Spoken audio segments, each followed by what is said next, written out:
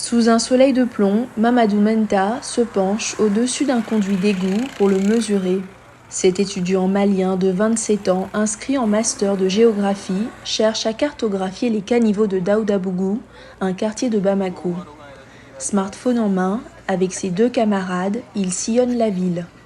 L'objectif, c'était de faire la cartographie des caniveaux de drainage de Daoudabougou pour voir quel est l'état des caniveaux actuels lors de l'hivernage à Bamako.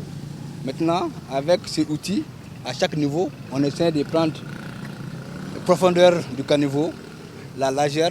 Maintenant, avec l'application, ça nous permet de faire la cartographie directe en temps réel, en marchant avec l'application ODK. Leur mission s'inscrit dans le cadre d'OpenStreetMap, un espace collaboratif de cartographie inspiré de Wikipédia et lancé en 2004 en Angleterre pour constituer une base de données géographiques en ligne libre d'utilisation. Nathalie Sidibé, la fondatrice de la branche malienne d'OpenStreetMap, explique que Bamako, la capitale du Mali, ne pourra devenir une smart city, une ville intelligente, que si les gens commencent à changer de mentalité par rapport à l'urbanisme. Il faut changer les habitudes ici pour changer les habitudes et amener les populations à utiliser les outils numériques. Elle ajoute qu'avec son équipe d'une vingtaine de personnes, ils ont vu dans la cartographie un moyen de contribuer concrètement au développement de leur territoire. Un constat que soutient Adama Konaté, adjoint au maire de la commune 5 et chargé de l'environnement, de l'assainissement et de l'eau. Ici à Daoudabougou, la cartographie a des intérêts capitaux.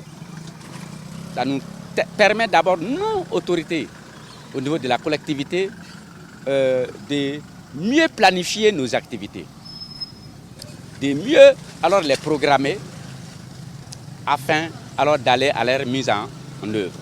À partir de la carte, on sait déjà qu'à Daoudabougou, alors en tel lieu, il y a besoin de drainage.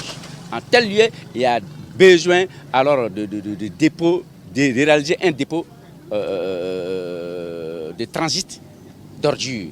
Mahamadou Wadidier, directeur de l'Agence de développement régional de Bamako, un organisme public chargé d'assister les collectivités dans leurs projets de développement, confirme que désormais, les autorités peuvent se renseigner rapidement sur un ordinateur. Malheureusement, le maire n'est pas de son bureau, n'avait aucune information sur ce qui se passe réellement. Aujourd'hui, à travers un clic, il peut accéder à ces informations et même être en contact avec les responsables pour pouvoir avoir des informations à chaud.